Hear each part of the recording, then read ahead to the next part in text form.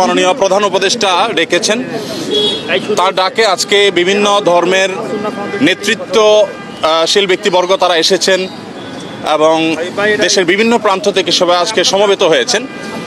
আমরা বাংলাদেশের মানুষ কেমন আছি, বিশেষ করে আমাদের অন্য ধর্মাবলম্বী যারা আছেন মুসলিম ছাড়া, তারা কেমন আছেন, তারা তাদের সেই অবস্থা ব্যক্ত করেছেন।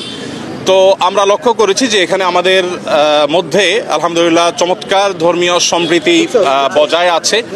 সেটিকে সামনে আরও কিভাবে ভালোভাবে ধরে রাখা যায় সেজন্য আজকে আমরা কথা বলেছি, সবাই মন খুলে সবাই যার যার মতামত ব্যক্ত করেছেন। মাননীয় প্রধান উপদেষ্টা মহোদয় তিনি আমাদের কথাগুলো খুব মনোযোগ দিয়ে শুনেছেন এবং তিনি বলেছেন যে একটি সুন্দর সম্প্রীতির বাংলাদেশ, যে বাংলাদেশে কোনো ভয় থাকবে না, সেটি গড়বার জন্য তারা কাজ করছেন। এবং আমরা আমাদের জায়গা থেকে বলেছি যে এদেশের ওলামায়ে কেরাম, এদেশের ধর্মীয় নেতৃত্ব তারা তাদের জায়গা থেকে অত্যন্ত দায়িত্বশীল এবং দায়িত্বশীলতার কারণে কিন্তু আপনারা দেখেছেন যে আইনজীবী আলিফ হত্যাকাণ্ডের পরে সারা বাংলাদেশে মুসলমানরা অত্যন্ত ধৈর্য এবং সংযমের পরিচয় দিয়েছেন। বিগত সরকারের শেষের দিকে আপনারা দেখেছেন ফরিদপুরে দুইজন মসজিদের নির্মাণ শ্রমিককে অত্যন্ত নির্মমভাবে অন্য ধর্মাবলম্বীরা হত্যা করার পরও গোটা দেশের মুসলমানরা অত্যন্ত সংযমের পরিচয় দিয়েছেন। আমরা এটিকে যেমন সাধুবাদ জানিয়েছি, ঠিক তেমনিভাবে এটিকে ধরে রাখবার জন্য সংগ্রাম চালাচ্ছি। এখানে সিনিয়র বিভিন্ন ব্যক্তিবর্গ ছিলেন, জাতীয় মসজিদ বাতুল করমের সম্মানিত খতিব ছিলেন, আন্দরকুল্লাহ শাহী মসজিদের খতিব সহ অন্যান্য ব্যক্তিবর্গ ছিলেন।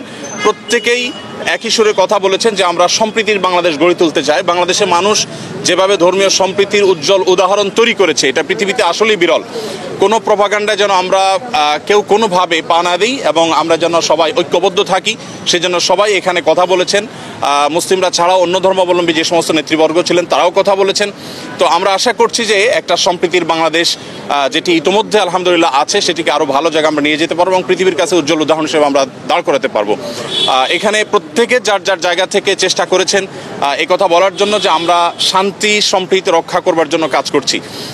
আমরা 5 আগস্টে লাইভে এসে প্রত্যেকে যার যার জায়গা থেকে আমরা সবাই কিন্তু মানুষকে সজাগ থাকার, সতর্ক থাকার এবং সংযমী থাকার, ধৈর্যশীল থাকার জন্য আমরা আহ্বান করেছি। এবং আলিফ হত্যাকাণ্ডের পরও আমরা প্রত্যেকে যার যার জায়গা থেকে মানুষকে সংযমী থাকার আহ্বান করেছি। ইসলাম আমাদেরকে অন্য ধর্মাবলম্বীর ব্যাপারে যথেষ্ট দায়িত্বশীল আচরণ করতে বলে। আমাদের প্রিয় নবী সাল্লাল্লাহু আলাইহি সাল্লাম আমাদেরকে মানুষ হিসাবে অন্য ধর্মাবলম্বীদেরকে মর্যাদা দিতে শিখিয়েছে এবং সেই শিক্ষা ধারণ করবার কারণে বাংলাদেশের মানুষের মধ্যে সাম্প্রদায়িক সম্প্রীতি তৈরি হয়েছে। আমরা আমাদের আশেপাশের বিভিন্ন জায়গা থেকে সাম্প্রদায়িক সম্প্রীতির যে নাসিহা শুনে থাকি, উপদেশ শুনে থাকি, সেই সমস্ত জায়গায় যখন দেখি যে সংখ্যালঘুরা নির্যাতিত হচ্ছে, আঘাতপ্রাপ্ত হচ্ছে এবং দলে দলে তাদের উপাসনাগুলো ভাঙা হচ্ছে, আমার মনে হয় সেই জায়গাটাতে আমাদের মনোযোগ দেওয়া দরকার। আমাদের দেশে সংখ্যালঘু ভাইরা তারা নিরাপদ আছেন, আরও নিরাপদ থাকবেন। তাদেরকে নিরাপদ রাখবার জন্য আমাদের সরকার যেমন কাজ করছে, ধর্মীয় নেতৃত্ব তারা তাদের জায়গা থেকে কাজ করছেন।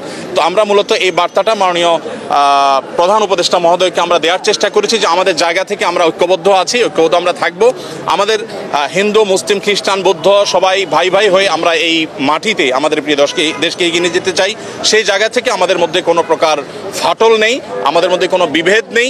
বিভেদ এবং ফাটল যারা দেখাবার চেষ্টা করছে তাদের সে মিথ্যা প্রপাগান্ডা যেন বিশ্ববাসী বিভ্রান্ত না হয়, আমাদের দেশের মানুষ যেন বিভ্রান্ত না হয়, আমরা সে বার্তাটি মূলত আজকে দেওয়ার চেষ্টা করছি। ভারতে বিশেষ করে আমাদের সেখানে যে সমস্ত সংখ্যালঘু নির্যাতন হচ্ছে আর সেখানে যে সমস্ত সহিংস ঘটনা ঘটছে, যেমন এই যে উপ হাই কমিশনারের হামলার কথা আপনি বলেছেন, এগুলোর কারণে আসলে আমাদের কথা বলা দরকার। আমাদের রাষ্ট্রীয়ভাবে মাননীয় প্রধান উপদেষ্টা মহোদয়কে বলা হয়েছে যে তিনি যেন তার জায়গা থেকে, সরকার জায়গা থেকে কথাগুলো বলেন।